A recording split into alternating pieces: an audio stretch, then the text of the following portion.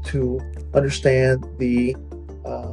supply chain environment that we're living in now. So something may go into production, but if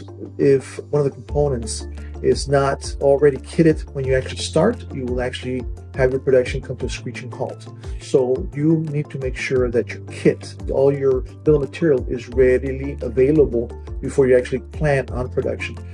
It doesn't do you any good to actually set a date without analyzing your bill of materials for availability and to make sure that it's all available. If it's all available, you need to go ahead and procure it as soon as possible, because even though we may be quoting a project today, that doesn't mean that tomorrow all the components will be available. If there are some critical components that have limited availability, you need to identify those and actually mitigate the risk by either allowing us to go ahead and go out and procure them immediately, or we have some customers that will actually consign components where they will actually go out and get those high-risk components that are not readily available and purchase them beforehand, and then after that, then release the package for quoting, understanding they've already procured the more difficult to find components,